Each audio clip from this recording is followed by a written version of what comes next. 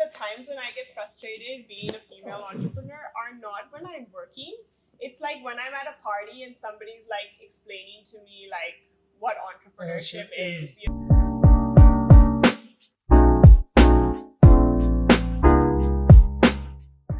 Hi guys, we're back with another episode of Näck Talk. Today we have Rebekah with us from Kombucha. We're going to discuss a lot of fun things, mostly about gut health and her journey. Welcome on the show, and we're so happy to have you here today. Yeah, thank you, Sahil. No, I'm really excited to be here. I love Näck as a brand, and so just excited to talk more about wellness. Absolutely, and I'm so glad you supported us from day one. We've got so many interesting things there. When it's Näck, your recipes, or at Dirty Good itself. It's been so nice that you supported us as a young brand throughout, and you believed in us from day one. And very excited that this is happening today, and we have this video coming out very soon on Instagram. No, it's exciting. I think the approach that Näck has taken with very scientifically backed, like very clean products, I think is so important. I definitely felt like there was a gap in the market, and so when the brand emerged, I was really excited to see the products. I was excited about the look, the feel, the packaging, the kind of events that you guys are doing, because I feel that we all need more of that. Yeah. So how did this all happen? How did you start your journey when it came to like wellness and gut health? If I have to just term it that. Yeah. No. So my gut health journey and wellness, started in my early 20s when I was having a lot of gut troubles. So a lot of times a wellness journey starts with sickness. Yeah. And so I was really struggling. I had a lot of gut issues. I think at that point in time I thought I had a really sensitive gut. But as I started to learn more about it and experiment with my food and beverages and just the things that I was consuming, I realized that my gut wasn't the issue. It was the things that I was putting into it. And so I learned a lot about gut health, really was able to heal my gut, heal my body, and get to a place where I felt really energized. And I think it just completely transformed my life. I went from feeling very tired, feeling very lethargic, struggling with my weight and my body to being in a place where I was like, okay, wow, I feel really good. I look pretty good. I wake up every day with energy to go about my day. And I think that was something that I really then wanted to share with other people because it had really changed my life. And so I felt like, this is something that if anyone else is feeling the way I was feeling before, I really want them to have this information. I really want them to be able to experience the vitality that I'm able to experience just knowing about my gut. So that brings me to two very, very important questions. One is that I really want you to, for all our friends on Instagram and YouTube, simplify what gut health is. And second, how did that lead to also atmosphere coming to life? Yeah, so gut health is essentially the health of your gut. So your gut is your entire microbiome, which includes your stomach, your small intestine, your large intestine, your liver, and your gallbladder. These main organs that are responsible for essentially, creating energy in our bodies. You have these age-old sayings like all disease begins in the gut. And we really believe that. We really believe that vitality and good health also begins in the gut. And so when we talk about gut health, we talk about all of these different organs. We talk about what it looks like when those organs are not working. So for instance, what bloating actually is, or how you can, like if you have a stomach ache, what that actually means, what you can do to fix it. A lot of people actually have chronic gut issues, which they normalize. So you have, things like IBS or people who get bloated on a regular basis. And because we don't learn so much about that, we normalize it, right? We just assume that it's normal to get bloated after you eat every day, or it's normal to have to run to the toilet at certain times. People just kind of get used to these symptoms that they experience. And so we talk a lot about all of these kind of different gut symptoms, what's normal, what's not normal, and what to do about it. Yes, and now how did all of this, like you said, like it was more of a personal thing that you wanted to figure your how did atmosphere come to life, and then obviously some more lines about what atmosphere is all about now. It's evolved so much in the last few years. Yeah. So I mean, with Atmosphere, we really wanted to start creating options for people, because I think one thing that we realized is, there's the three foods that are most harmful for your gut, and these are gluten, sugar, and dairy. And they're in everything. Everywhere you go, everything you eat has gluten, sugar, and dairy in it. And and the problem is that there weren't really like a lot of clean options that didn't contain those things. And so we wanted to start creating products that would help people live healthier lives, help them enjoy their lives. So, for instance, take a chocolate or a cheesecake or something that generally is very inflammatory, very heavy on your gut, leaves you feeling very bloated. What if we can make an option where you can still enjoy that food, but not experience those negative side effects? So that was really the goal of Atmosphere.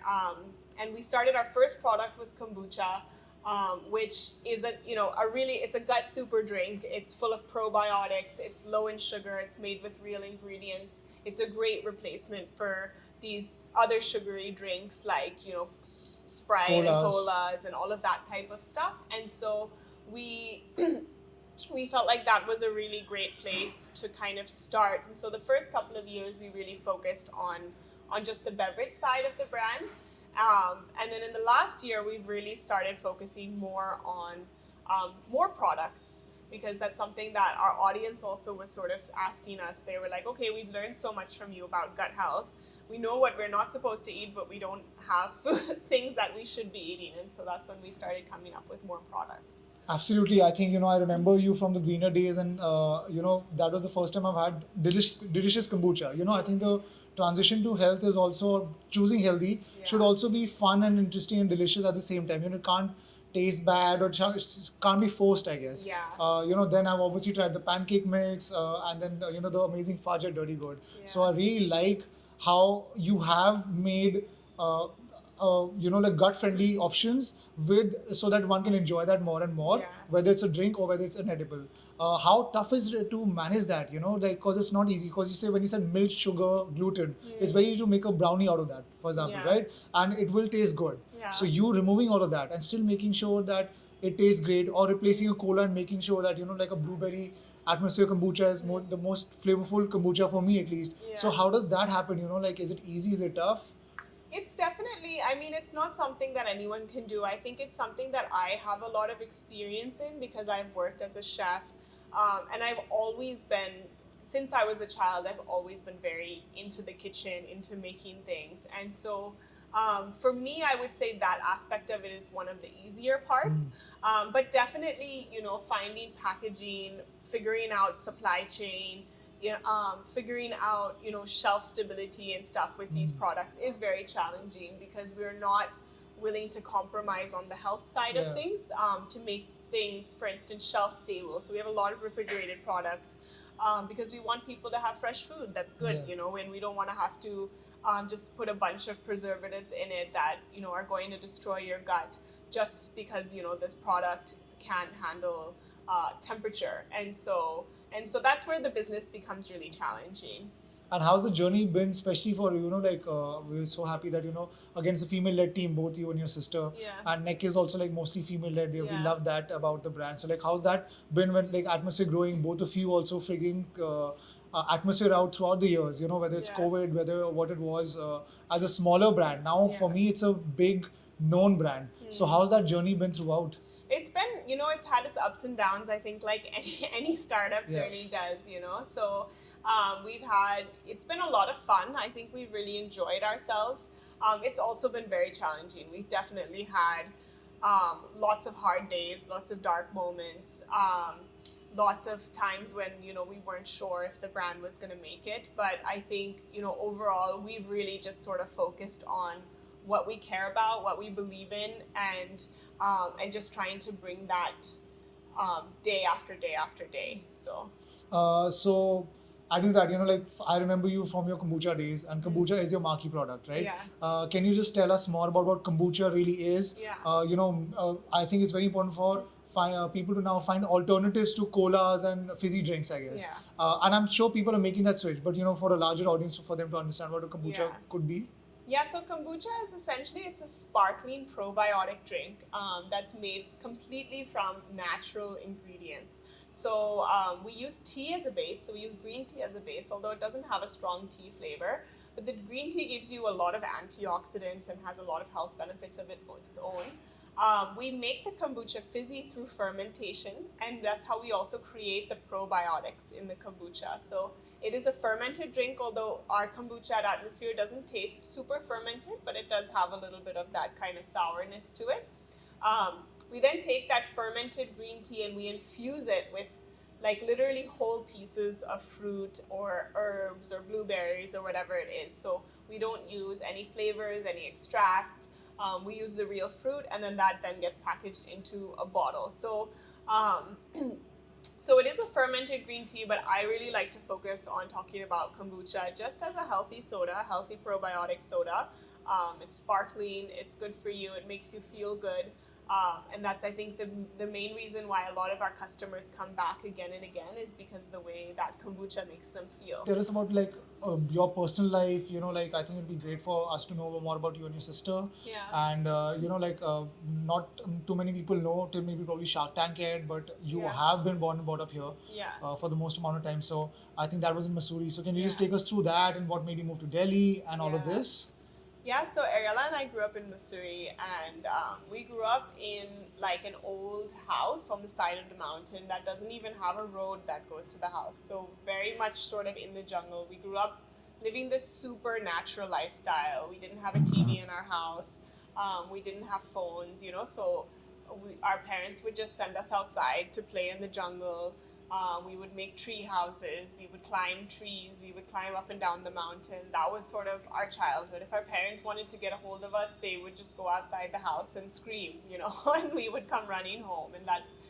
And so we definitely grew up a very quiet, very peaceful, very down to earth type of lifestyle.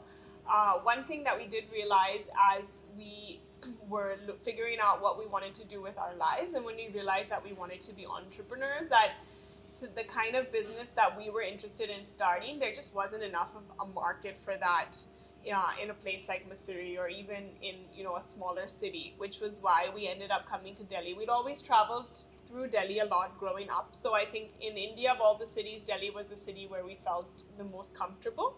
We'd spend a lot of time here, and so when the time came to kind of figure out where we wanted to start off professionally, we ended up shifting to Delhi, and that was in 2016. Yeah. And what did you both start as? Was it Atmosphere or was it something else? So I started working with Fab India. I started this brand called Fab Cafe. So I did that for 3-4 years, and then Ariella was working with Organic India as their nutritionist, overseeing their wellness center project. Yeah. Yeah, so like two really smart people who already know the scene started Atmosphere together after that, I guess. Yeah. No, definitely. I think getting that like work experience in the industry was so helpful for both of us. Absolutely. Yeah. We recently saw both of you absolutely do so well on Shark Tank and kill it. So like we really wanted to understand like how was that experience? Was it like were you nervous, or was it just you cruised through like something like this? Would like that inside scoop would be great. Yeah, no, we were super nervous. So I think what they do with Shark Tank is they keep you there for several days before you go and you pitch to the sharks, which I think also adds to that nervous feeling because you're there for like 3 days and you're just kind of working with the team on practicing your pitch, like, preparing yourself, getting your setup ready, your outfits, all of that kind of thing. And so, and because you do that in their studio for 3 days and you don't really leave, you kind of get into this like Shark Tank tunnel, where all you can think about is what's going to happen when you go and you pitch to the sharks. And so by the time we actually got to that place, we were super nervous. Yeah. And so it was pretty stressful, I would say. I think, it just felt like this really big thing. And I think in the end, we were able to actually enjoy that experience. Despite the fact that we were nervous, I think we we still ended up, kind of having fun in there with the sharks to do. So we all know that your presence is very prominent pan India already, whether it's online or whether it's offline, wherever possible.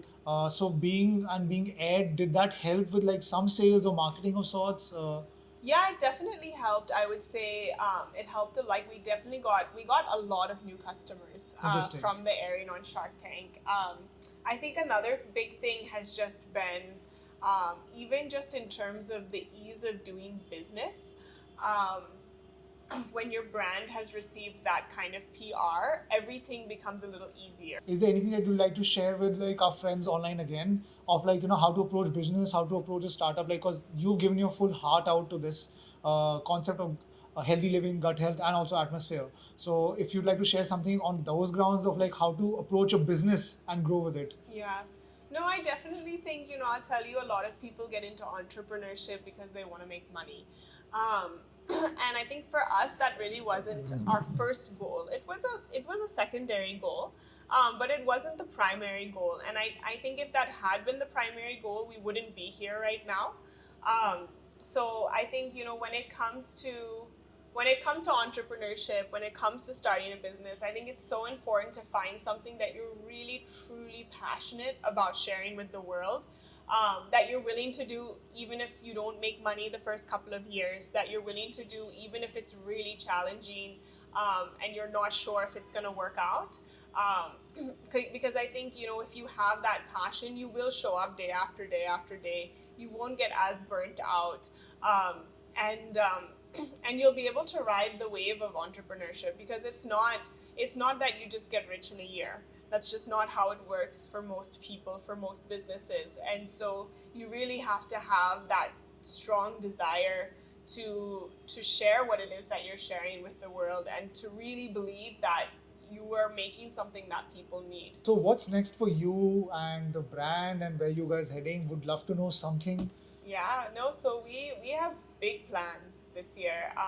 We're working on expanding our manufacturing space, building a new factory so that we can make more and more kombucha. But beyond that, we've actually been behind the scenes working on a bunch of new products, like not one, not two, but a bunch of new products. And so I think we're going to see those coming out in the next 3 or 4 months as well. So there's a lot of exciting stuff, a lot of gut healthy, delicious things that'll be coming your way. So how has it been for you and your sister and the whole team, especially two female entrepreneurs, to bring something to this to life, and also the madness that comes with it? Because it's not that easy to deal with suppliers, network of restaurateurs, Horeca, so many partners. How has that been for both of you?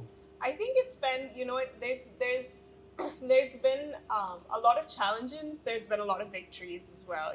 So I think, we get really excited when we find a great supplier. We're like, it's so good, because you've also worked with some really bad suppliers, right? Yeah. Who don't send things or take your payments, and then are very delayed in delivering what they're supposed to deliver. So I think, there are good days, there are bad days. I think the longer you work as an entrepreneur, the more you realize how to manage your own energy and your own time, and what the best way to do things is. I think in the beginning you do a lot of things maybe the wrong way, because you're just doing it for the first time and you don't have that experience.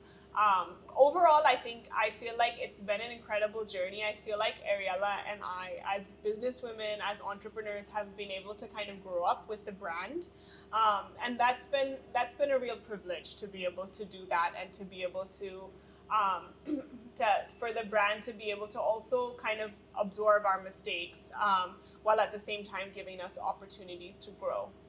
Awesome. I think thank you so much for your amazing time today. And we're glad that we did this together after a while. Yeah, no, It's great to catch up.